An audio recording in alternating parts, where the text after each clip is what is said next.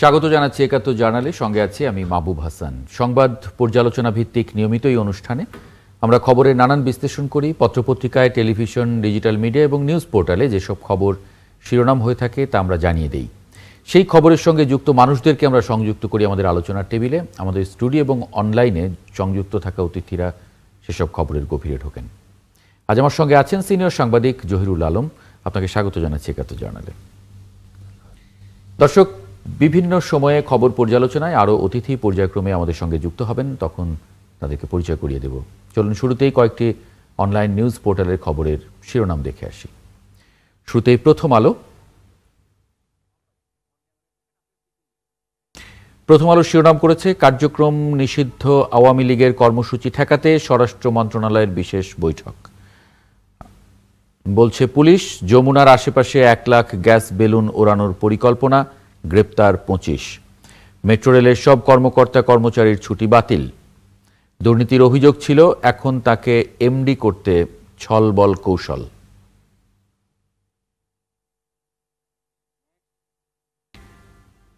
Bangla Tribune, চূড়ান্ত সিদ্ধান্ত না হওয়া পর্যন্ত শিক্ষকদের কর্মবিরতি চলবে। জুলাই সনদ বাস্তবায়ন নিয়ে ঐক্য অনিশ্চিত। সরকারের আলটিমেটাম শেষ হচ্ছে সোমবার।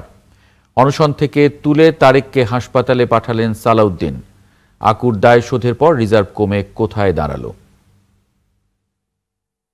BDNews24.com, মেট্রো রেলের সব কর্মীর ছুটি বাতিল। পাকিস্তানের সংবিধান সংশোধনী বিল, সেনাপ্রধানের ক্ষমতা বাড়ছে, আসছে নানা পরিবর্তন। সালাউদ্দিনের আশ্বাসে অনশনের ইতি তারেকের। প্রাথমিকের শিক্ষকদের কর্মবিরতি স্থগিত। এ ছিল প্রধান প্রধান অনলাইন নিউজ পোর্টালগুলোর এই মুহূর্তের শিরোনাম। আমরা আলোচনায় দেখছিলাম যে শিরোনামগুলো পড়ছিলাম, তার মধ্যে অন্যতম একটি ছিল প্রাথমিক শিক্ষকদের 3 দফা দাবিতে তারা কর্মবিরতিতে আছেন এবং তাতে তারা অনড় আছেন, এরকম খবর এসেছে। জহিরুল আলম, আমরা গতকালকে দেখেছি যে পুলিশের সঙ্গে শিক্ষকদের একটি পরিস্থিতি তৈরি হয়েছে, সেখানে অনেক শিক্ষক আহত হয়েছেন। শিক্ষকরাও আন্দোলনে আছেন। সামনে ফাইনাল পরীক্ষা, অনেক সারা দেশের প্রায় 65,000 স্কুলে আজকে ক্লাস হয়নি। সেই জায়গা থেকে আসলে আপনার একটু মন্তব্য দিয়ে শুরু করতে চাই। না, আসলে সব কিছুর মধ্যে একটা ভারসাম্য থাকা উচিত। শিক্ষকদের একদিকে যেমন দাবিগুলোর ন্যায্যতা আছে এবং এগুলো খুবই কম্প্যাশনেটলি কর্তৃপক্ষের বিবেচনার দাবি রাখে, এটা সত্যি। কিন্তু এটাও দুর্ভাগ্যজনক যে সবসময় এই দাবি আদায়ের জন্য শিক্ষকদেরকে রাস্তায় নামতে হয়, তাদের এই ধরনের নিগ্রহের শিকার হতে হয়। শুধু এখন নয়, সবসময়ই এ ধরনের ঘটনা ঘটেছে। একটা আইডিয়াল সোসাইটিতে তো আসলে শিক্ষকদের এভাবে দাবি দেওয়ার জন্য রাস্তায় নামার কথা নয়। তাদের প্রতি তাদের ন্যায্য যে সম্মান এবং তাদের জীবন জীবিকার প্রাপ্য মর্যাদার বিষয়গুলো, সেগুলো আসলে নিশ্চিত করা রাষ্ট্রের দায়িত্ব। সেদিক থেকে আমরা কোনো ভালো অবস্থায় আছে এটা দাবি করা যায় না। কিন্তু একই সঙ্গে আবার যেহেতু সামনে পরীক্ষা, ফাইনাল পরীক্ষা, ক্লাস বন্ধ থেকেছে, এটাও কিন্তু খুব উপযুক্ত সময় নয় আসলে দাবি দেওয়া আদায়ের জন্য। কিন্তু দেখা যায় কি, আমাদের দেশের এটা একটি সংস্কৃতি।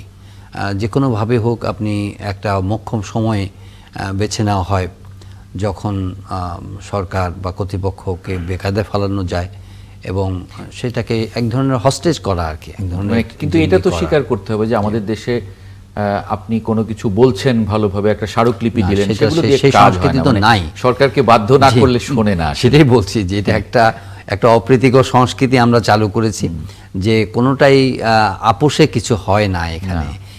এই সুস্থ সংস্কৃতি, আলাপ আলোচনা, সংলাপ, টেবিলে সমাধান করা, এটা কোনো ক্ষেত্রেই কিন্তু এই সংস্কৃতি আমরা চালু করতে পারি নাই।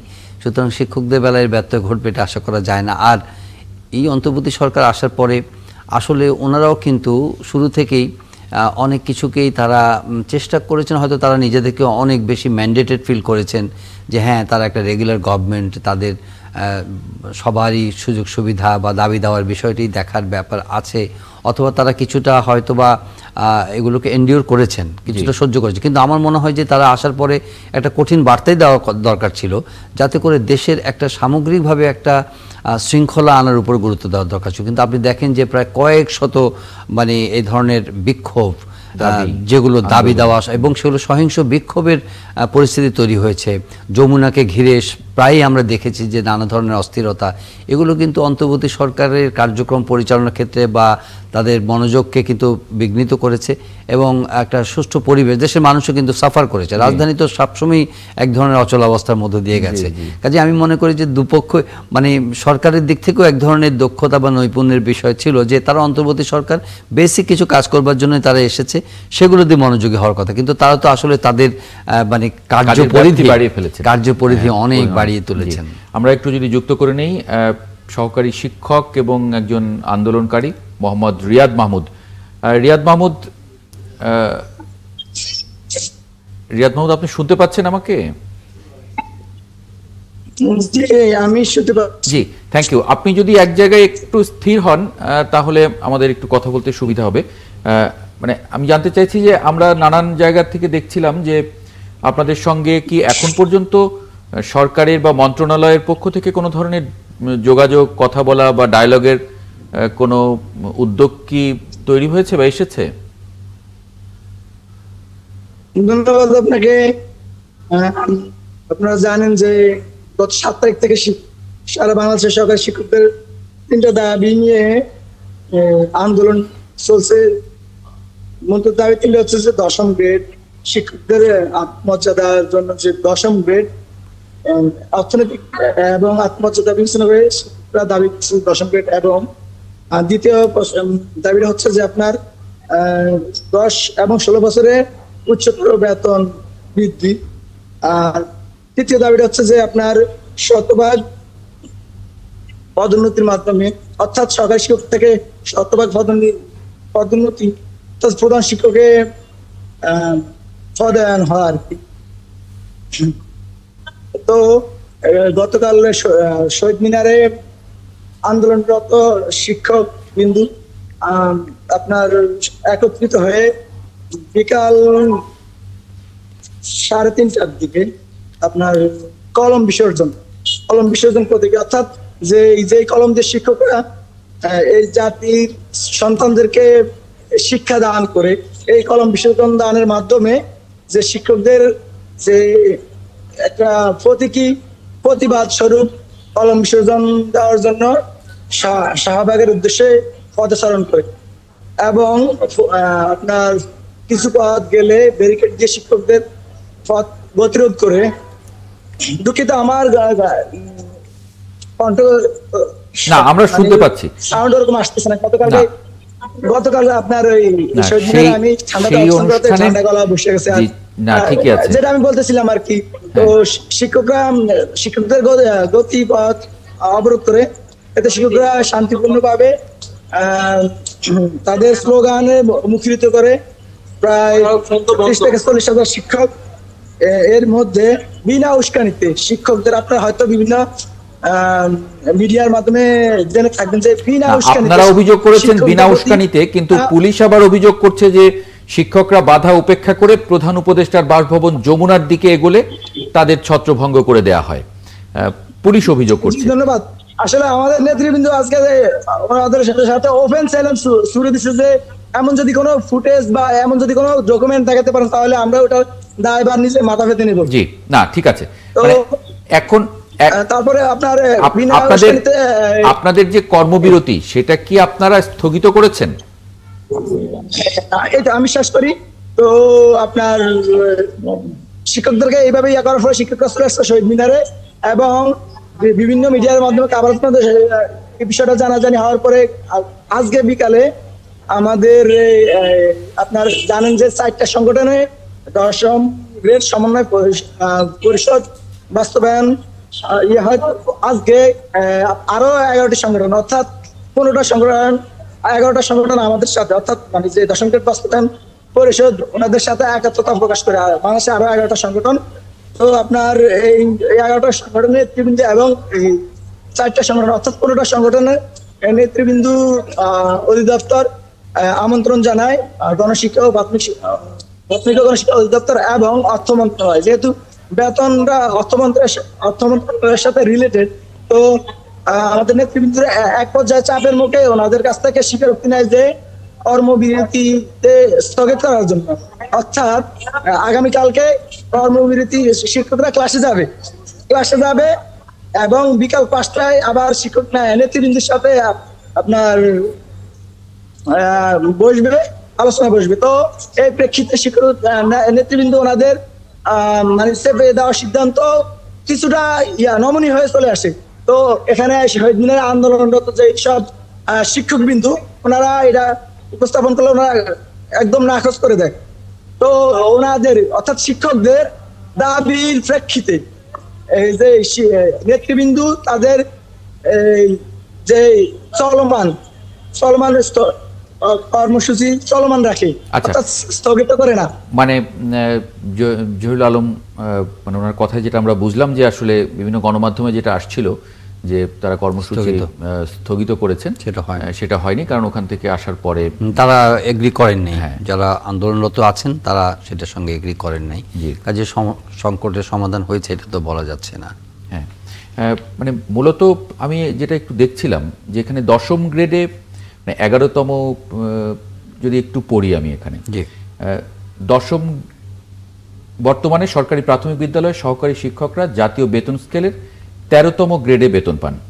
তা 10ম গ্রেডে করার দাবিতে এখন আন্দোলনে নেমেছেন শিক্ষকরা। তাদের অন্য দুটি দাবি, শতভাগ বিভাগীয় পদোন্নতি যেমন উনি বলছিলেন, সঙ্গে চাকরির 10 এবং 16 বছর পূর্তিতে উচ্চতর গ্রেড দেয়া। কিছুদিন আগে তারা সহকারী শিক্ষকদের বেতন গ্রেড 11তম করার দাবিতে আন্দোলন করছিলেন। মানে আগে তারা 11তম করার আন্দোলন করছিলেন, এখন 10মের জন্য। কেন? কারণ হচ্ছে সেখানে এতদিন সরকারি প্রাথমিক বিদ্যালয়ের প্রধান শিক্ষকরা বেতন 10ম গ্রেডে ছিল। দীর্ঘ আইনি লড়াই শেষে রিট আবেদনকারী সরকারি প্রাথমিক বিদ্যালয়ের 45 জন প্রধান শিক্ষকের বেতন এক ধাপ বাড়িয়ে 10ম গ্রেডে উন্নীত করা হয়েছে। মানে তারা আদালত থেকে 10ম গ্রেড পেয়ে এসেছেন 45 জন। এখন এই 45 জন পাওয়ার কারণে সারা বাংলাদেশের প্রধান শিক্ষকরা তারা এখন এটা 10ম গ্রেড, একাদশ থেকে তারা 10ম গ্রেডে যাওয়ার একটা পরিস্থিতি তৈরি হয়েছে, যেহেতু আদালতের রায় আছে কারো কারো ক্ষেত্রে। এখন সেটার কারণে ওনারা আবার একটু এগিয়ে এসেছেন। একটু যদি না, আমার মনে হয় যে সবকিছুই একটা মানে সমঝোতা বা একটা আলোচনা সংলাপের বিষয় রয়েছে। এই জায়গাটা কিন্তু অনুপস্থিত। আপনার যারা আন্দোলনরত রয়েছেন এই ধরনের মানে কর্মসূচিতে যাচ্ছেন, শুরুতেই আমার মনে হয় কর্তৃপক্ষের উচিত একটু স্বপ্রণোদিত হয়ে এগিয়ে আসা এবং তাদেরকে আলোচনার টেবিলে নিয়ে যাওয়া। সেখানে হয়তো গিভ এন্ড টেক করা যেতে পারে। কতটা তারা এফোর্ড করবেন, কিছু হিসাব নিকাশও তারা করছিলেন যে 10ম গ্রেডের দিকে গেলে কত টাকা লাগবে সরকারের, বা 11তম গ্রেডে হলে কততম, মানে এগুলো আলোচনা করছেন। কিন্তু আমার মনে হয় যে তাদেরকে একেবারে খুব কঠিন মানে পরিস্থিতির দিকে ঠেলে না দেওয়া, একটা আমরা ডেফিনেটলি একটা সমাধান তো আছে। সুতরাং কর্তৃপক্ষের দিক থেকে এই কম্প্যাশনেট উদ্যোগটা জরুরি আসলে। সেটা যদি তারা বুঝতে পারে এটা একটা সমাধান হয়ে যাবে। একটু যুক্ত করে নেই অধ্যক্ষ মোহাম্মদ সেলিম ভূঁইয়া, বিএনপির কেন্দ্রীয় কমিটির সাংগঠনিক সম্পাদক এবং একসময় শিক্ষক নেতা। আপনাকে স্বাগত জানাচ্ছি 71 জার্নালে। অধ্যক্ষ সেলিম ভূঁইয়া, আমরা যে প্রাথমিক বিদ্যালয়ের শিক্ষকদের যে আন্দোলন সেটা নিয়ে একটু আলোচনা করছিলাম, কথা বলছিলাম। এখানে যদি আপনি একটু মানে একটু যুক্ত করেন আমাদের এই আলোচনায় মন্তব্য। জি, ধন্যবাদ আপনাকে। সম্মানিত দর্শক শ্রোতা, আপনাদেরও আমাদের অনুষ্ঠানটি দেখার জন্য ধন্যবাদ জানাচ্ছি। এখানে যে বিষয়টি আপনি বলেছেন যে প্রাথমিক শিক্ষকদের যে আন্দোলনটি চলছে, চলমান আন্দোলন, কিন্তু আসলে আন্দোলন চলছে 5টি সংগঠনের। 5টি সংগঠন বলতে এটা যে কেন্দ্রীয় শহীদ মিনারে চলছে প্রাথমিক শিক্ষকদের আন্দোলন, জাতীয় প্রেস ক্লাবের সামনে চলছে নন এমপিভুক্ত শিক্ষকদের আন্দোলন, সেই সাথে স্বতন্ত্র ইবতেদায়ী মাদ্রাসার শিক্ষকদের আন্দোলন, প্রতিবন্ধী বিদ্যালয়ের যে শিক্ষক তাদের আন্দোলন, সেটাও প্রেস ক্লাবে। আরেকটি আন্দোলন চলছে শাহবাগের মোড়ে, যারা NTRC নিবন্ধন পাওয়ার পরেও যারা চাকরিতে নেই তারা সেখানে আন্দোলন করছে। পাশাপাশি আরেকটি সংগঠন আগামীকাল আন্দোলনে নামবে, সেটাও এনটিআরসি এর যে শিক্ষক, তাদের দাবিটি হলো বদলি জনিত কারণে। এখন 6টি শিক্ষক সংগঠন কালকে আমরা দেখতে পাবো আন্দোলনের মাঠে। এই যে অবস্থায় শিক্ষার কি হবে, শিক্ষা ব্যবস্থার কি হবে? আমরা মনে করি যে প্রাথমিক শিক্ষকদের যে আন্দোলনটা অত্যন্ত যৌক্তিক আন্দোলন। আমরা সবাই জানি যে এখন প্রাথমিক বিদ্যালয়ে ঢোকার জন্য যদিও ন্যূনতম শিক্ষাগত যোগ্যতা মেয়েদের ক্ষেত্রে উচ্চ মাধ্যমিক থাকে, কিন্তু দেখা যায় বেশিরভাগই এমএ পাস করা মেধাবী ছাত্ররা এখন এই পেশায় আসছে। জি, এখন তাদের দাবিটা কি? 10ম গ্রেডে তাদের চাকরিটা। এখন আপনি এমএ পাস করে অন্য পেশায় গেলে কিন্তু তারা 4th grade, 5th grade, 6th grade, 7th গ্রেডে চাকরি করতে পারে। কিন্তু অনেকে হয়তো শিক্ষকতার পেশাটাকেই মহান পেশা মনে করে, সেবামূলক পেশা মনে করে এই পেশায় আসছে। কিন্তু তাদেরকে আমার স্কেলটা, গ্রেডটা, যুক্তিসঙ্গত যে দাবিটা, এটা দিতে আপত্তি কোথায়? আচ্ছা, এটা নিয়ে একটু বড় করে আসলে একটু আপনার কাছে আমার প্রশ্ন থাকবে। একটা বিরতির পরে এসে আপনার সঙ্গে এখান থেকে যদি একটু যুক্ত হই, একটু আলাপটা মানে দর্শকদের জন্য অনেক কিছু বুঝতে সুবিধা হবে। একটা বিরতি নিয়ে ফিরছি, একাত্তর জার্নালের সঙ্গে থাকবেন আশা করি। আমরা শিক্ষকদের আন্দোলনের প্রসঙ্গে ছিলাম। আরেকটি খবর একটু যুক্ত করতে চাই। 47তম বিসিএস এর লিখিত পরীক্ষা পেছানোর সুযোগ নেই, পিএসসি বলেছে, কারণ লিখিত পরীক্ষা পেছানোর দাবিতে এরই মধ্যে আন্দোলন চলছে। আন্দোলনকারীরা এখন অবস্থান নিয়েছেন ডাকসুর সামনে। তাদেরই একজন আন্দোলনকারী মোহাম্মদ সাইফ, তাকে যদি একটু যুক্ত করে নিই, তারপরে আলোচনাটা একটু করতে চাই। মোহাম্মদ সাইফ, আপনাদের মানে দাবি দেখলাম আমরা যে আপনারা লিখিত পরীক্ষাটা পেছাতে চাইছেন। কেন মনে করছেন যে আপনারা যথেষ্ট সময় পাননি বা পাবেন না, যদি একটু বলেন। ভাই, ফার্স্ট অফ অল হচ্ছে আমরা বলতে চাই আমরা পেছাতে চাই না। পেছাতে চাওয়া, সময় বৃদ্ধি, এই শব্দের সাথে আমাদের আসলে কোনো সম্পর্ক নাই। আমাদের হচ্ছে একটা যৌক্তিক সময় চাই। কারণ যৌক্তিক সময় কারণে বলছি, কারণ ইতিহাসে কখনো এত শর্ট সময়ে কোনো পরীক্ষা হয়নি। আর তাছাড়া আমরা আগের বাংলাদেশের রাজনৈতিক বা পারিপার্শ্বিক পরিস্থিতির কারণে আমাদের এই বিসিএসটা অনেক ল্যান্দি হয়ে গিয়েছে এবং আমাদের আগের অনেকগুলো ব্যাচের কারণে আমরা অনেক দিক থেকে ভুক্তভোগী। এখন স্যাররা হঠাৎ করে একটা নতুন ক্যালেন্ডার ইয়ারের বিসিএস বিষয়ে ওনারা পরিকল্পনা করতেছেন। এখন এটার কারণে আবার আমরা সামনের বিসিএস এর জন্য ভুক্তভোগী। তো আমাদের এই ব্যাচটা খুবই একটা হতভাগা ব্যাচ। আমাদের পুরাতন 3-4টা ব্যাচের জন্য আমাদের আসলে প্রিলিমিনারিটা 3 ধাপে আর কি পিছিয়ে এখন লাস্টে আমরা 11 মাসের মাথায় এসে আমরা এই পরীক্ষাটা দিলাম অনেক কষ্ট করে। তো অল্প সংখ্যকই এবার টিকিয়েছেন, ওইখান থেকে আমরা উত্তীর্ণ হচ্ছি। তো আমাদের আসলে খুবই স্বপ্ন ছিল, আশা ছিল যে বিসিএসটা নিয়ে অনেকদিন ধরে আমরা পড়াশোনা করে বিসিএস এ উত্তীর্ণ হয়েছি।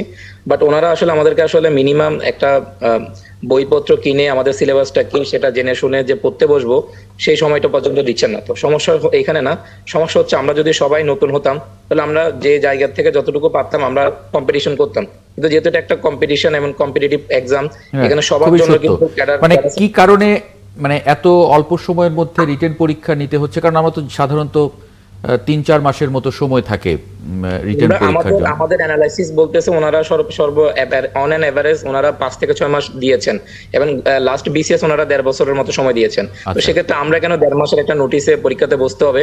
এবং এখানে আমাদের সাথে পুরাতন ব্যাচের অনেক পরীক্ষার্থী আছেন। তো এটা তো ওনাদের জন্য একটা বিশেষ ধরনের সুবিধা দিচ্ছেন, আর আমাদের একটা অসুবিধায় ফেলে দিয়েছেন। আমরা বঞ্চিত হচ্ছি, আমাদের মধ্যে একটা বৈষম্য তৈরি হচ্ছে। তো আমরা অর্ধেক শিক্ষার্থী তো এত অল্প সময়ে কেন দেয়া হচ্ছে? আপনাদের ধারণা কি, মানে কি কারণে তারা দিচ্ছে? আমাদের ধারণা হচ্ছে ওনারা জানুয়ারি থেকে 50তম বিসিএস বার্ষিক ক্যালেন্ডার ইয়ারে করার যে পরিকল্পনা করতেছেন, ওইটা আমাদের রিটেনটা যদি পেছায় তাহলে ওইটা পিছিয়ে যাবে।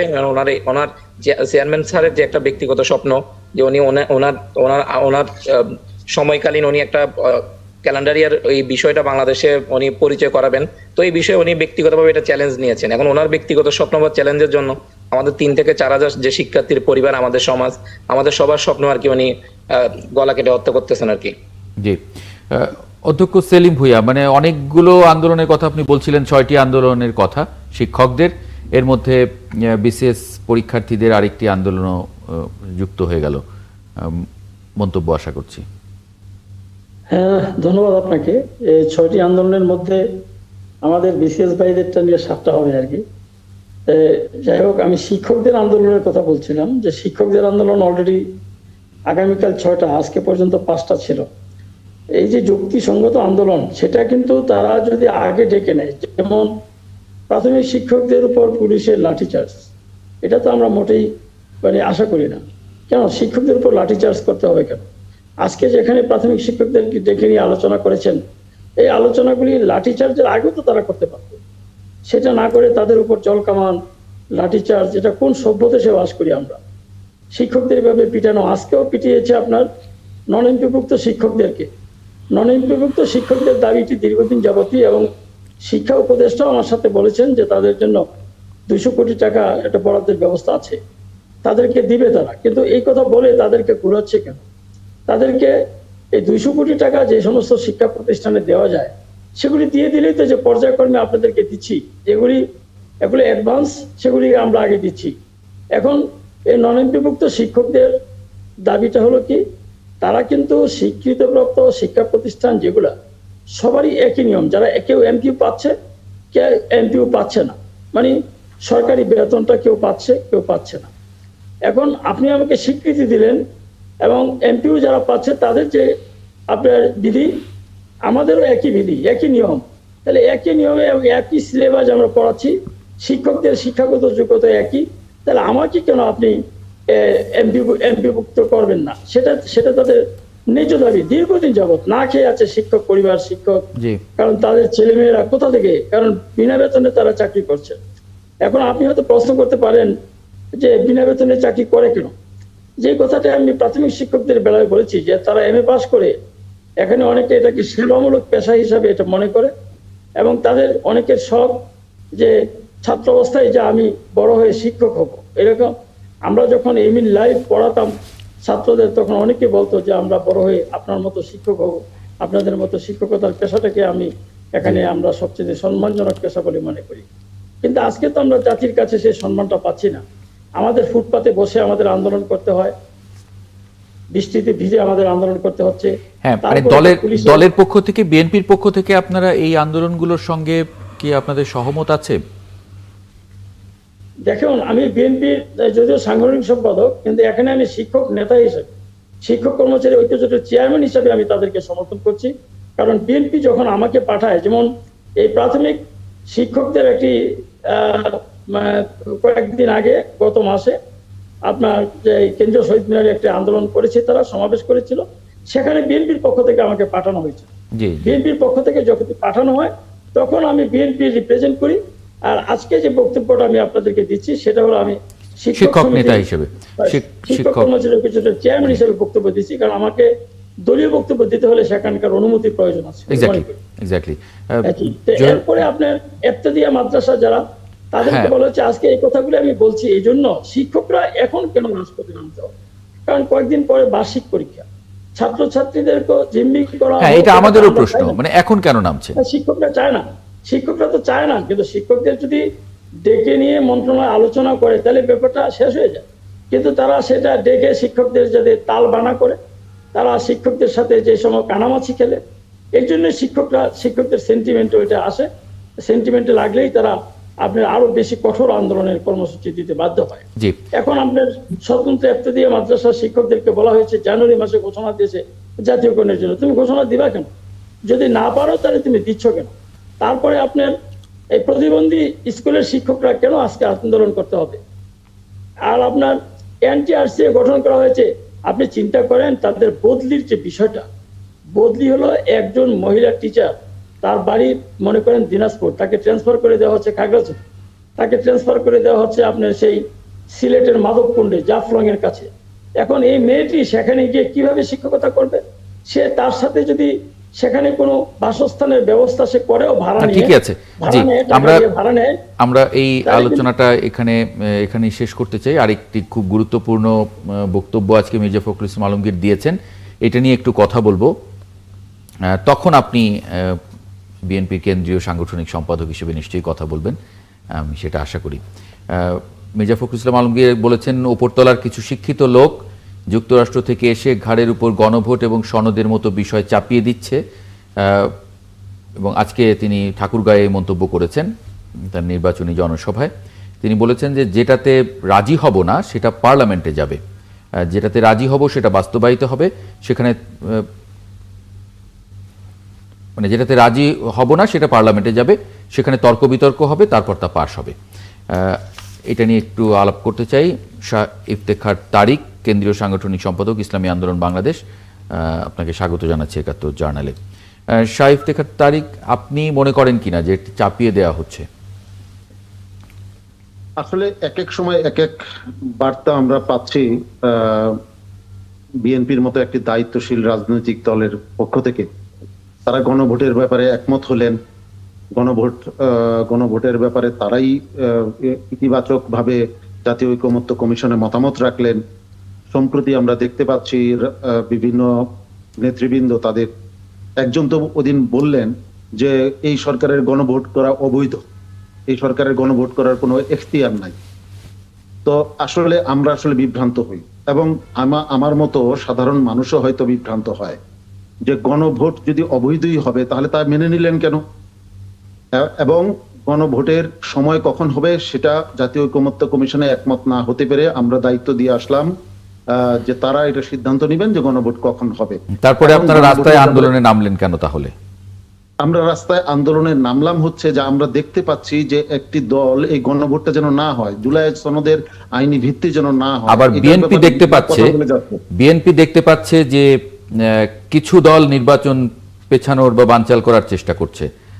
তাদের দেখার দৃষ্টিভঙ্গি ওরকম, আপনাদের দেখার দৃষ্টিভঙ্গি ওরকম, যদি আমি এটা জিজ্ঞেস করি। এই ঠিকই এই প্রশ্ন করতে পারেন। আমাদের কোন বক্তব্যে কোথাও নির্বাচন পেছানোর কথা তো আমরা বলিনি, কিন্তু ওনারা তো গণভোট অবৈধ বলছেন।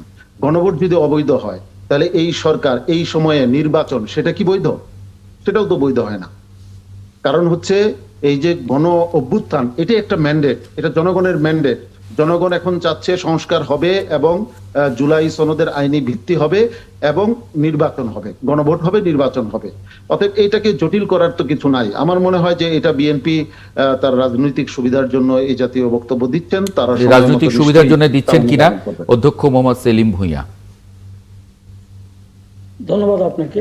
বিএনপির রাজনৈতিক সুবিধার বিষয়টি এখানে না, গণভোটের যে বিষয়টি আমাদের আমির খসরু মাহমুদ সাহেব বলেছেন এবং আমাদের মহাসচিব সাহেব বলেছেন যে আমির খসরু মাহমুদ সাহেব বলেছেন যে সংবিধানে গণভোটের বিষয়টি নেই। তো সংবিধানে না থাকলে এই গণভোটটি এখানে নেওয়ার, তারপরেও আমাদের যেটা উনি বলেছেন, আমাদের সহ আলোচক বলেছেন যে এখানে মেনে নিলেন কেন। আমরা তো গণভোট বলেছি যে গণভোট হবে, সেটা হবে নির্বাচন যেদিন হবে, জাতীয় সংসদ নির্বাচন, সেই নির্বাচনের দিন বৈধ, অন্যদিন কি অবৈধ? আমি যখন কথা বলি তখন আমাকে কথা বলতে দেন, আপনার কথার সময় কিন্তু আমি কথা বলি নাই, এগুলি শিখতে হবে আমাদের। তাই সেই জন্য যে গণভোট, আমাদের বক্তব্য হলো যে গণভোটটা হবে, আমাদের দলের স্পষ্ট বক্তব্য গণভোট হবে, জাতীয় সংসদ নির্বাচনের দিনই গণভোট করা যায় যদি আমরা করতে চাই। তাই সেই জন্য এখন গণভোটের কথা বলে যারা নির্বাচন এর বিষয়ে এখন জাতি মনে করে, জনগণ মনে করে যে এটা একটা নির্বাচন পিছানোর ষড়যন্ত্র, নির্বাচনকে বানচাল করার ষড়যন্ত্র। না, নির্বাচনের দিন হলে, নির্বাচনের দিন ভোটটা হলে আইনসম্মত হবে, মানে আগে হলে হবে না, নির্বাচনের দিন কিভাবে হবে আইনসম্মত তাহলে? না, এটা তো সেটেল হয়ে গেছে যে ফেব্রুয়ারির প্রথম সপ্তাহে, মানে রোজার আগে নির্বাচন হবে, জাতীয় নির্বাচন। এটা মাননীয় প্রধান উপদেষ্টা বিভিন্ন সময় উনি বলেছেন, উনি ব্যাখ্যা দিয়েছেন, এবং ওনার যে যারা দায়িত্বপ্রাপ্ত কর্মকর্তা তারাও আপনার বিভিন্ন মাধ্যমে, সামাজিক যোগাযোগ মাধ্যমে এবং সংবাদপত্রের মাধ্যমে তারা ঘোষণা দিয়েছেন, প্রেস কনফারেন্স করে বলেছেন যে রোজার আগেই নির্বাচন। কোনো প্রশ্ন নেই, আলোচনা করুন। জি, আমরা তো মানে কথা শুনলাম দুজনেরই, যদি আপনি এ বিষয়ে একটু মন্তব্য দেন তাহলে। মানে গণভোট ইস্যুতে আসলে আমরা দেখছি যে পরস্পর বিরোধী দলগুলো খুবই মানে রাজনীতি একটা উত্তাল করে রেখেছে, কথার লড়াই বিশেষ করে। আমি বলবো না যে একেবারে মাঠের পরিস্থিতি খারাপ তা না, আবার ভেতরে ভেতরে তারা কথাও বলছেন যে জামায়াতের আমিরও আজকে এরকমটা বলেছেন সেই জায়গা থেকে। না এটা তো এক ধরনের মানে বাকযুদ্ধ আর কি, ঠিকই বলেছেন আপনি, বাকযুদ্ধ। কিন্তু মানে অভ্যুত্থান পরবর্তী রাজনৈতিক শক্তিগুলো এই ধরনের একটা জটিল পরিস্থিতি তৈরি করবে বলে আমার মনে হয় না। নির্বাচন ছাড়া তো কোনো মানে গত্যন্তর নেই, কোনো বিকল্প নেই। কাজেই গণভোটের প্রশ্নে সব কিছু আটকে যাবে এটা আমার কাছে মনে হচ্ছে না। এটা এক ধরনের রাজনৈতিক কৌশল থেকে হয়তো মানে স্টেক হোল্ডাররা চেষ্টা করছে যার যার সুবিধাটা আদায় করে নিতে, যে তার এখানে তার কথার জয় হচ্ছে কিনা। কিন্তু আপনার যে জুলাই সনদের ব্যাপারে যে ঐকমত্যটি হয়েছে সেটা কিন্তু মোটামুটি বেসিক কিছু ঐকমত্য তো হয়ে গেছে। সেখানে বিএনপিরও পেছানোর সুযোগ নেই, বা অন্য যারা আছেন যারা চাইছে যে এটা একটা লিগালি বাইন্ডিং একটা ডকুমেন্ট হিসেবে থাকুক এবং সংবিধানের অন্তর্ভুক্ত হোক।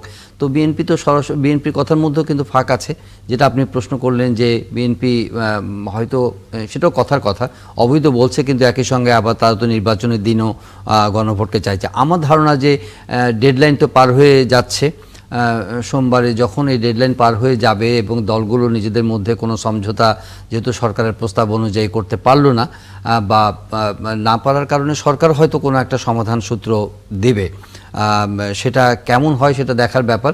তবে আমার মনে হয় না যে গণভোট নিয়ে খুব বেশি আর জটিলতা থাকবে। কোনো একটা দিনে গণভোট হবে এবং এটাকে আপনার রাজনৈতিক দলগুলো, যেমন জামাতের বক্তব্যে কিন্তু আজকে একটা নরম সুর কিন্তু আমরা দেখতে পাচ্ছি। তারা কিন্তু রাস্তার আন্দোলনে নেমেছে। বিএনপি এটা সমালোচনা করেছে যে রাস্তায় আন্দোলন করে কোনো সমস্যার সমাধান হবে না, বিশৃঙ্খলা আরও বাড়বে।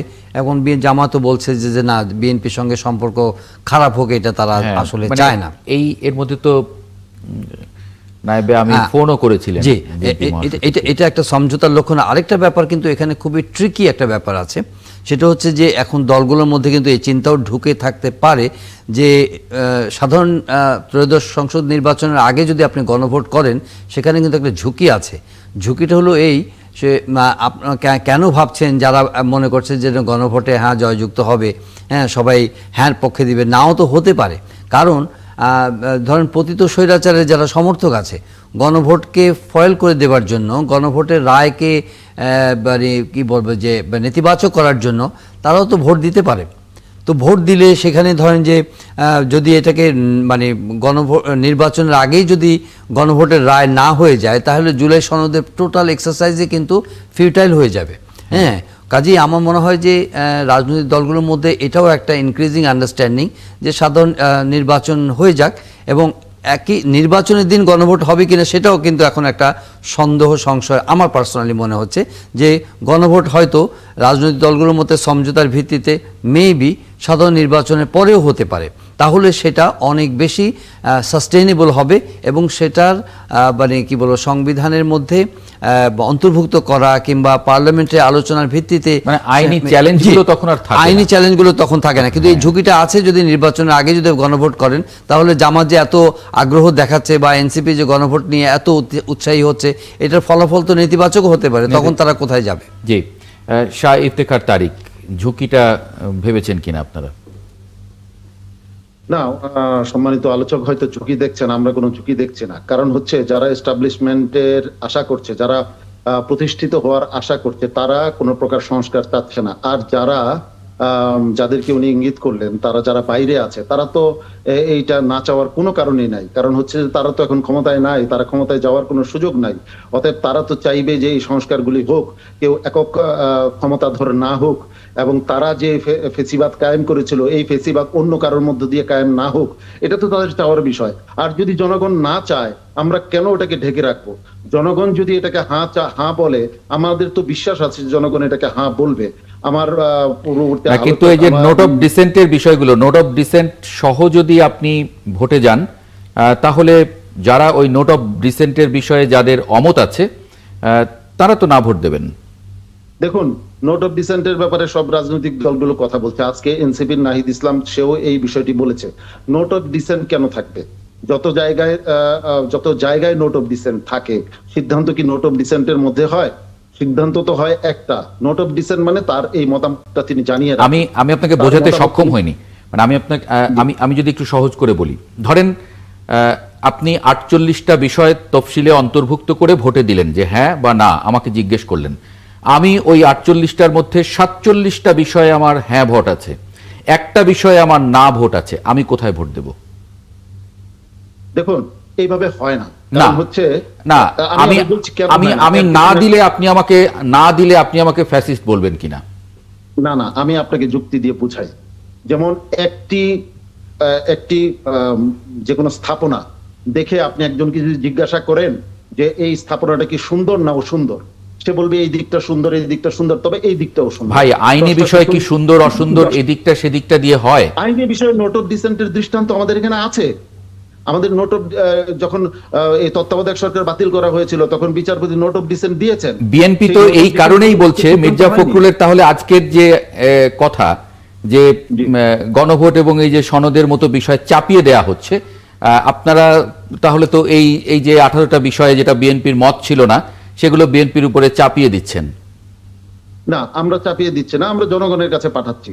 জনগণ যদি এর ব্যাপারে হ্যাঁ মত দেয়, আচ্ছা, বিএনপি যদি তাহলে ন্যায়ের পক্ষে, কারণ ওই 18টা বিষয়ে তার না আছে, তাহলে বিএনপি সমর্থকরা যদি নাতে ভোট দেয় তখন কি হবে? বিএনপি অবশ্যই ক্যাম্পেইন করতে পারে, ন্যায়ের পক্ষে ক্যাম্পেইন অবশ্যই করতে পারেন, এবং ন্যায়ের পক্ষে ক্যাম্পেইন তারা তো ইতোমধ্যে শুরুও করেছিলেন। হ্যাঁ, ন্যায়ের পক্ষে ক্যাম্পেইন করতেই পারেন। হ্যাঁ, ন্যায়ের পক্ষে ক্যাম্পেইন করলে তখন পলিটিক্সটা কি রকম হবে? মানে এটা যদি জনগণ হায়ের পক্ষে দিবে, কারণ হচ্ছে এই গণ অভ্যুত্থানে মানুষ রাষ্ট্র সংস্কার চেয়েছে, মানুষ এই সংস্কারগুলি চায়, অতএব জনগণ হায়ের পক্ষে দিবে, এটা আমরা দৃঢ়ভাবে বিশ্বাস করি। যে অধ্যক্ষ মোহাম্মদ সেলিম ভূঁইয়া, আপনারা কি ন্যায়ের পক্ষে কোনো ক্যাম্পেইন করেছিলেন? আমি ওনার কাছ থেকে শুনলাম এরকমের ক্যাম্পেইন এর কোনো প্রয়োজনই তো পড়ে নাই, যেহেতু এখনো কোনো সিদ্ধান্ত নাই। আমরা তো গণভোটের কথা বলেছি যে গণভোট হবে জাতীয় নির্বাচনের সময়, সুতরাং এখানে হানার বিষয়টা তো মানে আমরা ক্যাম্পিং করার বিষয়টা তো এখানে প্রশ্নে আসে না, কেন আমরা ক্যাম্পিং করতে যাব? হ্যাঁ, তো যে কথাগুলি আপনি বলেছেন, আপনি কিন্তু আপনার বক্তব্যে কিন্তু অনেকগুলি মানে সলিউশনও দিয়ে দিয়েছেন যে হানা ভোটটা যেটা, এটা এখন একবারই করতে হবে, এটা তো এরকম কোনো ম্যান্ডেটরি না, আমরা জাতীয় সংসদ নির্বাচনের পরেও এটা করতে পারি। সুতরাং এখানে হাজার হাজার কোটি টাকা গরিব দেশ এই হা ভোট এই গণভোটের জন্য এই অর্থগুলি খরচ করার কোনো প্রয়োজন মনে করি না, কিন্তু একদিনে যদি হয় না, মনে করেন যে এটা খুব গুরুত্বপূর্ণ বিষয়, অনেক সবাই চাচ্ছে, সবগুলো রাজনৈতিক দল চাচ্ছে, এটা আগে হলে অসুবিধা কি, কোনো ক্ষতি আছে? না, সবগুলি রাজনৈতিক দল চাচ্ছে, এটা তো সঠিক বলেননি। মানে বেশিরভাগ রাজনৈতিক রাজনৈতিক দলের সংখ্যায় অনেকেই চাইছে আর কি। ঠিক আছে, আমি যদি আপনি রাজনৈতিক সংখ্যা আপনি ওইভাবে বিচার করবেন না, বিএনপিকে বিএনপির মতো করে বিচার করতে হবে আপনাকে। এদেশের সংখ্যাগরিষ্ঠ মানুষের দল বিএনপি, এটাকে যদি আপনি অন্যান্য ছোট ছোট দল, অন্য দলদের সাথে যদি নিয়ে, যাদের আপনার জেলা লেভেলে কোনো অফিস নাই, যাদের প্রেসিডেন্ট আছে, সেক্রেটারি নাই, সেটাকে একটি দল যদি আপনি মনে করে বিএনপির সাথে এনে তুলনা করেন, তাহলে তো সেটা জনগণ গ্রহণ করবে না। ওখানে যখন ঐক্যমত্য কমিশনে যখন আলোচনা হয়েছে তখন বিএনপিরও একজন ছিল, তাদেরও একজন ছিল, মানে সেভাবেই নেওয়া হয়েছে। যাই হোক, সেটা অন্য ভিন্ন আলোচনা। মানে এখন যে অবস্থায় আছে, এই অবস্থায় যদি গণভোটে যায়, এখন মানে নির্বাচনের দিনেই হলো, কিন্তু এখন যেভাবে ড্রাফটটা করা আছে বা তফসিলভুক্ত করা আছে 48টা বিষয়, তখন মানে বিএনপি কি করবে? তখন বিএনপি সিদ্ধান্ত নিবে, এখন তো অ্যাডভান্স আমরা সেটা বলতে পারছি না। যদি একই দিনে নির্বাচন হয় তখন আমরা কি করব, সেটা আমাদের স্থায়ী কমিটি এবং শীর্ষ কর্মকর্তা যারা নির্ধারণ করবেন তাদের সাথে আলোচনা করে সেটা নির্ধারিত হবে। জি, শাহ ইফতেখার তারিক। জি বলুন, আপনার কোনো প্রশ্ন আছে কিনা? নির্বাচনের দিন যদি গণভোট হয়, আপনাদের মানে অবস্থানটা কি হবে? মানে যদি সরকার আমাদের অবস্থান তো স্পষ্ট যে আমাদের নির্বাচন অবশ্যই আগে হতে হবে, গণভোটটা আগে হতে হবে, গণভোটের পরই আমরা জাতীয় নির্বাচনে যাব, এটা হচ্ছে আমাদের অবস্থান। কিন্তু আপনারা তো এক হতে পারেননি, তখন সরকার যদি এই সিদ্ধান্ত নিয়ে ফেলে? আশা করছি সরকার সামগ্রিক অবস্থা বিবেচনা করে সঠিক সিদ্ধান্ত গ্রহণ করবে। মানে সঠিক সিদ্ধান্তটা কি? আগে গণভোট দিয়ে দেবে, যেটা যৌক্তিক, সর্বাধিক যৌক্তিক এবং যেটা মধ্য দিয়ে সংস্কার সুনিশ্চিত হবে সেটাই তারা গ্রহণ করবেন বলে আমরা আশা করি। যদি তারা অন্য কারো ইঙ্গিতে বা অন্য কারো ইশারায় মানে সিদ্ধান্তের ক্ষেত্রে যদি অযৌক্তিক কোনো বিষয় চাপিয়ে দেন, তখন সেটা জনগণ বিবেচনা করবে যে কি করা উচিত। সরকারের উপর আপনাদের আস্থা আছে তো? আমাদের এখনো পর্যন্ত আস্থা রাখতে তা চাই। এখন সরকার যদি সিদ্ধান্ত নেয় যে ইলেকশনের দিনে হবে অথবা ইলেকশনের পরে হবে, সেক্ষেত্রে তো আপনারা যেহেতু আস্থা রেখেছেন সেই সিদ্ধান্ত মেনে নেওয়ার কথা। নিশ্চয়ই তারা সেটার একটা ব্যাখ্যা দেবেন যে কোন যুক্তিতে, আমাদের যুক্তিগুলি তো আমরা দিয়েছি, সেই যুক্তিগুলিকে তারা তো খণ্ডন করে তারা একটা নিশ্চয়ই অবস্থান নেবেন। যখন তারা সেই সিদ্ধান্ত জানাবেন তখন আমরা আলোচনা করে আমরা আমাদের সিদ্ধান্ত জানাবো। জি, মানে আপনারা যেরকম এখানে কঠোর অবস্থায় আছেন যে আগে গণভোটটা হয়ে যেতে হবে, ঠিক একই রকম ভাবে বিএনপির ভারপ্রাপ্ত চেয়ারম্যান তিনিও বলেছেন যে বিএনপি এরকম কোনো অযৌক্তিক সিদ্ধান্ত মেনে নেবে না, নির্বাচনের দিনই গণভোট হতে হবে। জি, যেহেতু তাদের স্বাধীনতা রয়েছে তাদের সিদ্ধান্ত গ্রহণ করবার, আমাদেরও স্বাধীনতা রয়েছে, আমরা আশা করব যে আমাদের মধ্যকার এই দূরত্বটা ঘুচে যাবে এবং আমাদের নির্বাচনটা কোনো সংকটে পড়বে না এবং আমরা একটা সুন্দর নির্বাচনের মধ্য দিয়ে একটা নতুন বাংলাদেশের পথে যাত্রা শুরু করবো, এটা আমরা আশা করতে পারি। কিন্তু যেন তেন প্রকারের নির্বাচনের যদি আয়োজন হয় তাহলে সেটাকে দেশের জনগণ আমরা ঘৃণা ভরে প্রত্যাখ্যান করব এবং এর পরিণতি কোনোভাবেই ভালো হবে না। ইদানিং কিছু আলামত আপনারা পত্রিকার পাতায় এবং সংবাদ মাধ্যমের ইয়াতে আপনারা দেখতে পাচ্ছেন, সংবাদ মাধ্যমে উঠে আসছে, যেগুলো কোনো ভালো লক্ষণ মনে হচ্ছে না। আমরা আশা করব যে নির্বাচনের আগে এই পরিবেশ সুন্দর করার ব্যাপারে সকলেই সচেষ্ট হবেন এবং আপনি কোনগুলোকে ইঙ্গিত করছেন যদি একটু যদি আরেকটু পরিষ্কার করেন দর্শকদের। আমি একেবারে বলি, আমি গত 3-4 দিনের পত্রিকা থেকে আমি কয়েকটা উদাহরণ আপনাকে দিচ্ছি। কবরস্থানের জমি দখল, কৃষি প্রণোদনার টাকা না দেওয়ায় কৃষি কর্মকর্তাকে পেটালেন একজন নেতা, দিঘিতে বিষ দিয়ে 2 কোটি টাকার মাছ নিধন করলেন এক নেতা, ভোলায় তাদেরই জোটের এক দলের নেতাকর্মীদের উপর নৃশংস হামলা চালানো হলো, ঝিনাইদহ পটুয়াখালীতে তাদেরই জোটের সম্ভাব্য জোটের প্রার্থীদেরকে অবরুদ্ধ করে রাখা হলো, ঝিনাইদহ পটুয়াখালীতে চাঁদা না দেওয়ায় মাসাধিক কাল পর্যন্ত একটি মাদ্রাসা বন্ধ করে দেওয়া হলো।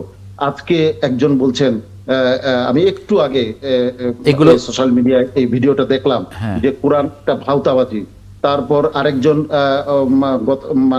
গতকালকে তিনি বললেন, ঢাকার একজন প্রার্থী, তিনি বললেন যে নির্বাচন আগ পর্যন্ত তার কর্মীদেরকে উনি সুন্দর পরামর্শ দিচ্ছেন যে নির্বাচনের আগ পর্যন্ত চাঁদাবাজিটা বন্ধ রাখতে হবে, না হলে জনগণ ভোট দিবে না। আমরা এগুলি দেখে নির্বাচন কি আসলে নির্বাচনের মতো হবে নাকি কোনো একটা একটা অসম যুদ্ধের মুখোমুখি আমরা দাঁড়াবো, এটা আমাদের এখন জনগণের চিন্তার বিষয় হয়ে দাঁড়িয়েছে বলে আমি মনে করি। অধ্যক্ষ সেলিম ভুঁইয়া।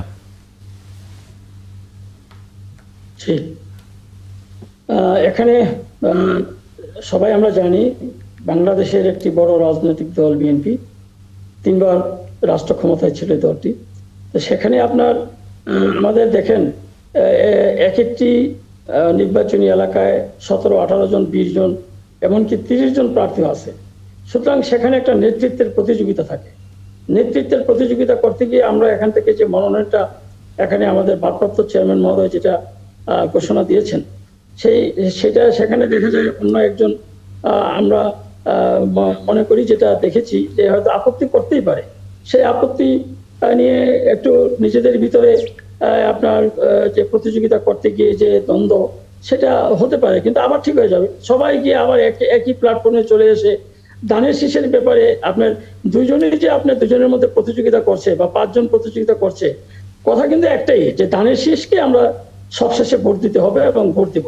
সুতরাং এই ধরনের প্রতিযোগিতা করতে গিয়ে যেখানে কোনো ব্যক্তিগত সংঘর্ষ, সেটা নিয়ে যদি আপনি জাতীয় সমস্যায় যদি সেটাকে নিয়ে আসেন তাহলে তো হচ্ছে না।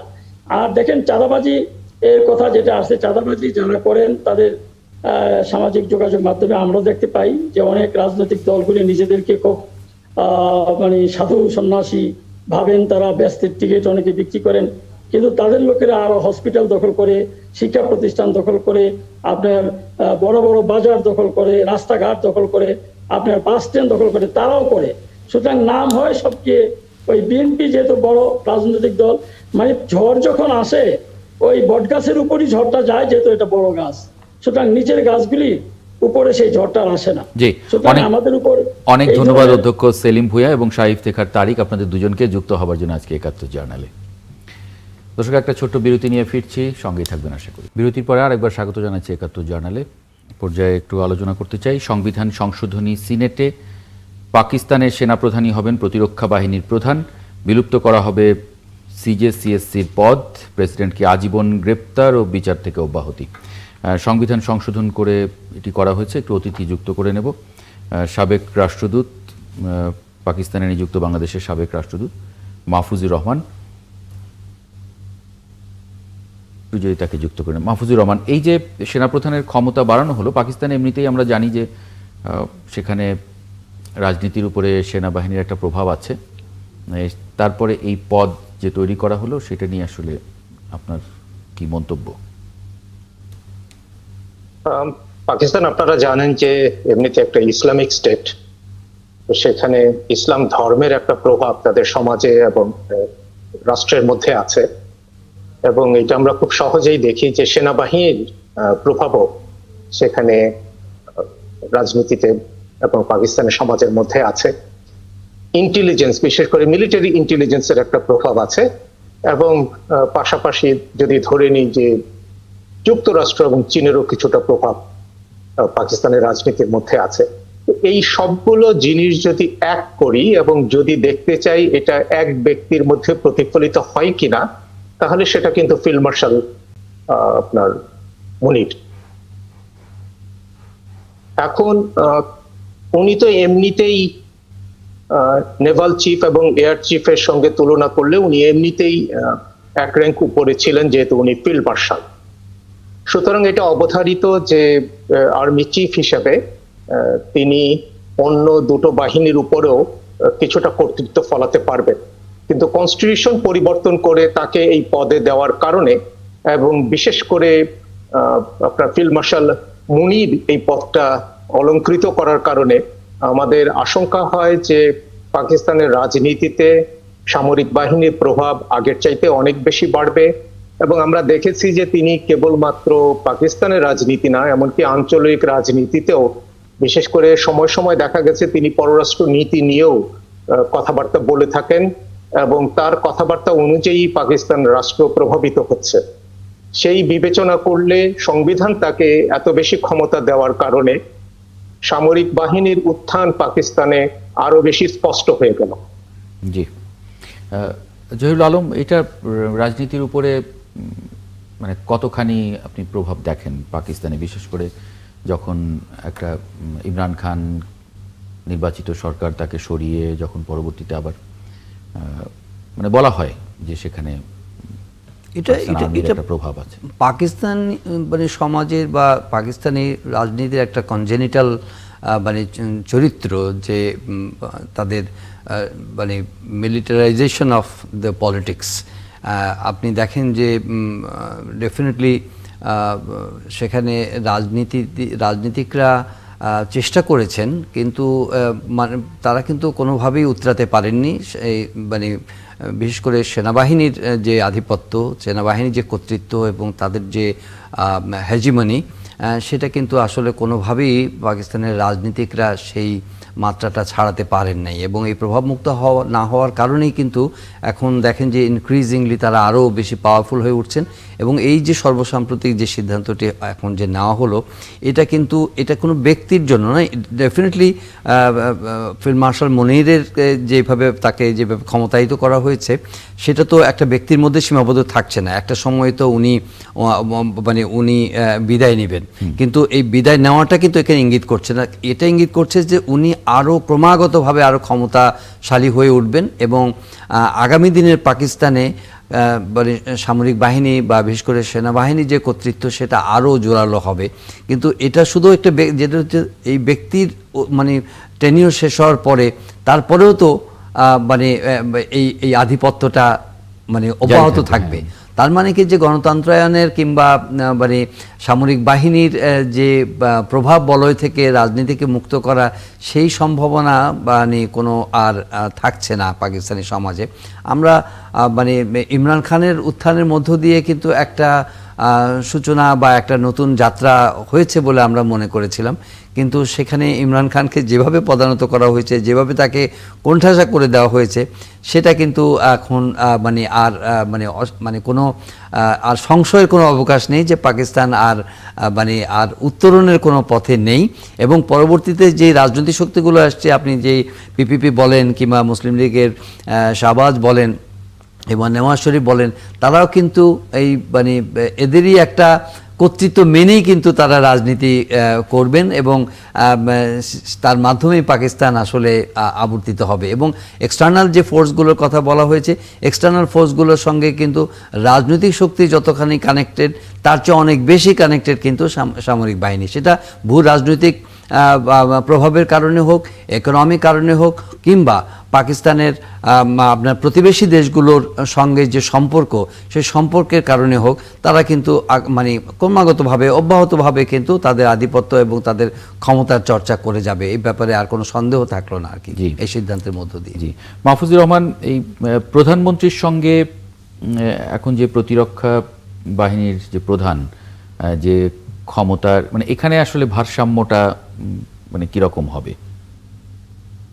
আপাত দৃষ্টিতে মনে হচ্ছে যে ভারসাম্যটা আপনার চিফ অফ ডিফেন্স স্টাফ অর্থাৎ ফিল্ড মার্শাল মুনির, ওনার দিকেই চলে আসবে।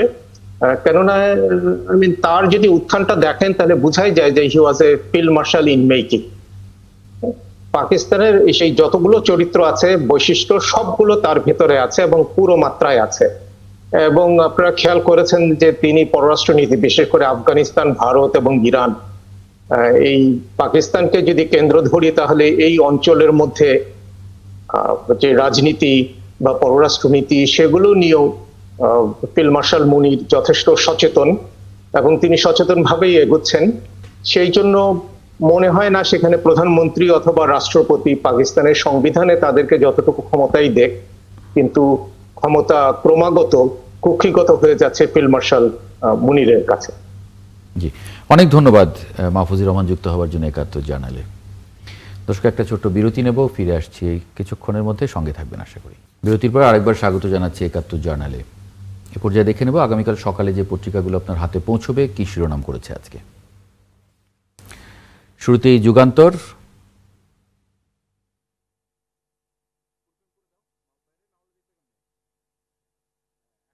কেন্দ্রে উত্তাপ, তৃণমূলের নির্বাচনী হাওয়া।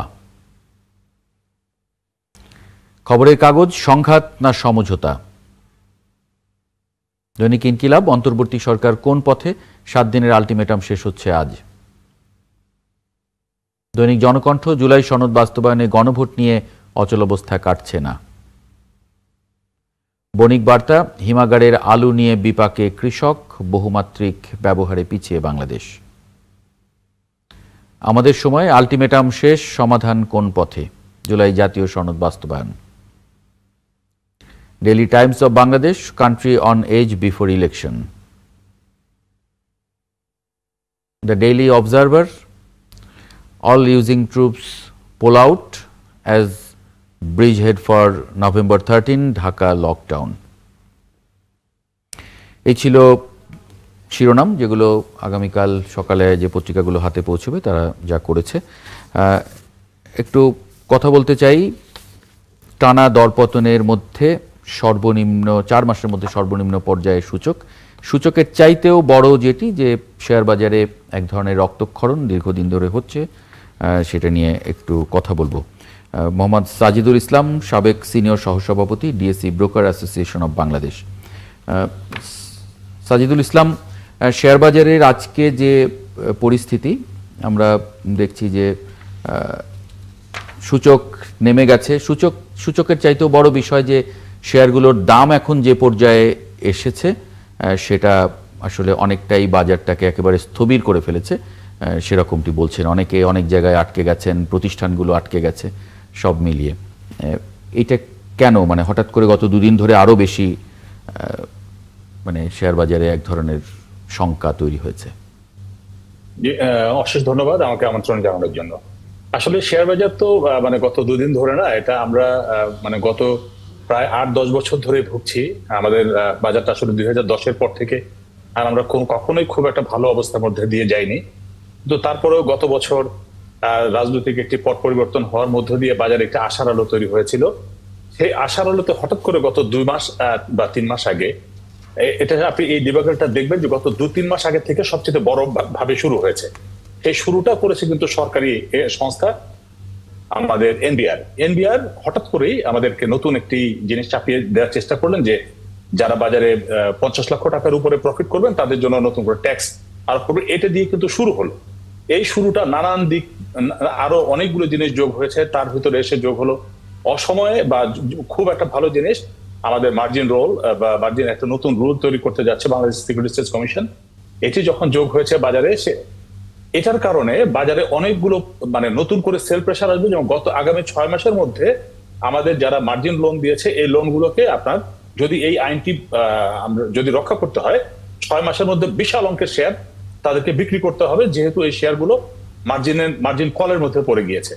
এট দ্য সেম টাইম আপনি দেখবেন যে আমাদের বাংলাদেশে 5টি ব্যাংক হাওয়া হয়ে গেল এবং 9টি লিজিং কোম্পানির কথা বলা হচ্ছে। এই কোম্পানিগুলো হয়তো খুব তাড়াতাড়ি শেষ হয়ে যাবে, এরকম একটি ব্যাপার।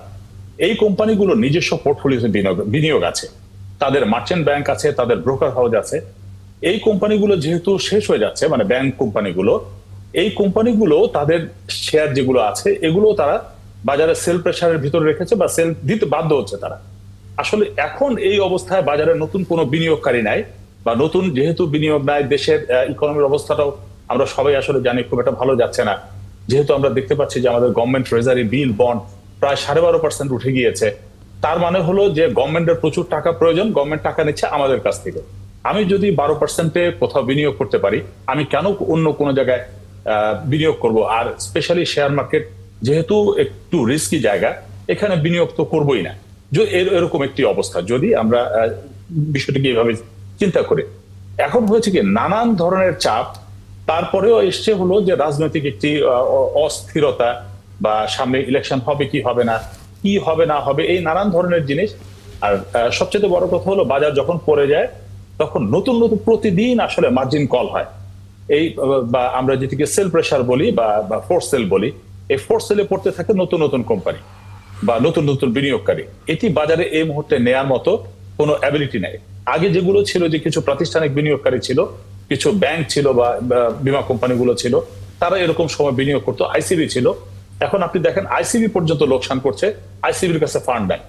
যারা এই এরকম সময় আসলে ত্রাতার ভূমিকায় অবতীর্ণ হয়, সেই কোম্পানিগুলো এখন হারিয়ে গেছে। মানে সরকারের সঙ্গে আপনাদের কি এগুলো নিয়ে কথা হয়েছিল কখনো? যে এই পরিস্থিতি আমরা বিভিন্ন মহলে সবসময় আমাদের নেতৃবৃন্দ তারা কথা বলার চেষ্টা করেন, তারা অভিযোগ করেন, অনুযোগ করেন, কিন্তু আসলে সরকারের তরফ থেকে আপনারা দেখবেন আমাদের জন্য আসলে কোনো সহায়তা কখনোই ছিল না।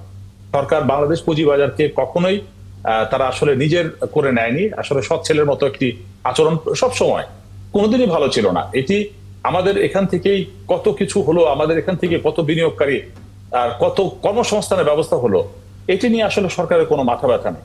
আমরা তো এখন একদম দেয়ালে পিঠ থেকে যায়নি, আমাদের দেয়ালে পিঠ ঢুকে গেছে। এখন আর আসলে পারা যাচ্ছে না। আপনি দেখেন আজকে বাজারে 400 কোটি টাকার লেনদেন হয়েছে বা 400 সামথিং। আমরা ঢাকা স্টক এক্সচেঞ্জে প্রায় 300 ব্রোকার কাজ করি। এখানে আমাদের একজন অন এভারেজ কয় টাকা আমাদের এখানে আসলে বিনিয়োগ হচ্ছে। অবস্থা খুব যে ভালো না এটা আমরা সবাই জানি, দেখতে পাচ্ছি। মানে তাহলে তো এখানে যারা মানে ছাঁটাইয়ের কবলেও পড়ে যাবেন অনেকে যদি এই পরিস্থিতি হয়, হাউসগুলো যদি ব্যবসা করতে না পারে। অবশ্যই ছাঁটাইয়ের কবলে পড়ে যাবেন না, পড়েছেন। অনেক আস্তে আস্তে বন্ধ হয়ে যাচ্ছে, ছোট ছোট কোম্পানিগুলো বন্ধ হয়ে যাচ্ছে। বিভিন্ন কোম্পানির বিভিন্ন ব্রোকার হাউসগুলো তাদের বিভিন্ন শাখা অফিসগুলো বন্ধ করে দিচ্ছেন। তারা কর্মকর্তা যেতে তাদের যে ওয়ার্কফোর্স আছে এগুলোকে ছোট করে নিয়ে আসছেন। এছাড়া তো আসলে উপায় নেই। এখন সার্ভাইভ করতে হলে এগুলোই করতে হবে। আর সামনে যদি এই ধরনের অবস্থা আরো চলতে থাকে এটা আরো বড় হবে। জহিরুল আলম, না উনি তো মোটামুটি একটা মানে পরিস্থিতি কি সেটা বর্ণনা করে দিয়েছেন। আসলে এত গভীর আলোচনা হয়তো ওনারাই করবেন, কিন্তু সাধারণভাবে যেটা আমরা বুঝি যে মানে একটা হরিলুটের ব্যাপার আর কি। বাংলাদেশে ক্যাপিটাল মার্কেটে, বাংলাদেশকে সারা বিশ্বে ক্যাপিটাল মার্কেট পরিচালিত একটা আস্থার উপরে এবং বিনিয়োগকারীদের ধরে রাখা বা বিনিয়োগকারীদেরকে আকৃষ্ট করার মতো সে ধরনের পোর্টফোলিও মানে ফ্লোট করতে হয়, লঞ্চ করতে হয়। দেখেন এই ধরনের কোনো ইনিশিয়েটিভই নাই, বরঞ্চ ইকোনমিতে বা ফাইন্যান্সিয়াল সেক্টরে যে আনসার্টেনটি, যে পলিসি ইরেগুলারিটি, এগুলো কিন্তু কোনো কিছুই ওনারা ম্যানেজ করতে পারেন নাই। এবং এনবিআর এর কথা বলে যে একটা দায়িত্বশীল প্রতিষ্ঠান এ ধরনের জানে, খুব নিশ্চিতভাবে তারা জানে যে এরকম একটা সিদ্ধান্ত নিলেও সেটা ভলেটাইল হয়ে যাবে, কনফিউশন বাড়বে, আনসার্টেনটি বাড়বে। Despite of having the fact তারা কিন্তু এই কাজগুলো করে যাচ্ছে। তার মানে কিন্তু এসএসসির রোলটা কি? তার মানে এখন দেখেন যে ফাইন্যান্সিয়াল সেক্টরে বড় বড় যে কোম্পানি, যেমন লিজিং কোম্পানির কথা বলা হয়েছে যে তাগুলো দেউলিয়া হয়ে যাওয়ার পথে বসে যাবে, 5টা ব্যাংকের কথা বলা হয়েছে, সেখানে প্রশাসক নিয়োগ করে দিল, মার্জিং হইল, এগুলো আনপ্রেসিডেন্টেড ঘটনা। কিন্তু আমরা তো প্রগল্ভ, আমরা মুখে বলছি যে দারুণ কিছু হয়ে যাচ্ছে সব কিছু, তো কিন্তু রিফ্লেকশনটা কি? শেয়ার মানে ক্যাপিটাল মার্কেট কিন্তু ইনক্রিজিংলি ডিক্লাইনিং। এটা কিন্তু একদিনে না, মানে কন্টিনিউয়াসলি ডিক্লাইন করছে। 2010 এর থেকে, জি 2010 থেকে করছেন, কিন্তু এখন তো এসে তো আস্থা হওয়ার কথা। কিন্তু এখনো দেখেন যে আবার নির্বাচন হবে কি হবে না, এগুলো ইম্প্যাক্ট করছে। কেন এরকম করবে? আপনি তো ইকোনমির যে ফান্ডামেন্টালসের কথা বলা হয়েছে, আপনি বলছেন যে বিনিয়োগ আসছে, অর্থনীতি সূচকগুলো খুবই ভালো, বা সেন্ট্রাল ব্যাংকের মনিটরিং বা সেন্ট্রাল ব্যাংকের গভর্নেন্স খুবই ভালো, তারা সবকিছু ঠিকঠাক মতো চালাচ্ছে, তো তার রিফ্লেকশন এই রিফ্লেকশন আমরা তো এটা খুবই, আমি সরি ফিগার আর কি, এটা অত্যন্ত সরি স্টেট, এবং এরকম হওয়ার কথা নাই। কাজে বুঝতে হবে যে আমরা আসলে আগাচ্ছি কোথায়, আমরা কিন্তু মোটেও রাস্তায় নেই, না আমরা সঠিক রাস্তায় নেই। অনেক ধন্যবাদ জহিরুল আলম যুক্ত হবার জন্য, একই সঙ্গে মোহাম্মদ সাজিদুল ইসলাম, আপনাকেও ধন্যবাদ জানাচ্ছি একাত্তর জার্নালে আজকে যুক্ত হবার জন্য। দর্শক আপনাদেরকেও ধন্যবাদ। আগামীকাল একই সময় একাত্তর জার্নাল দেখার আমন্ত্রণ রইল, সঙ্গে থাকবেন আশা করি।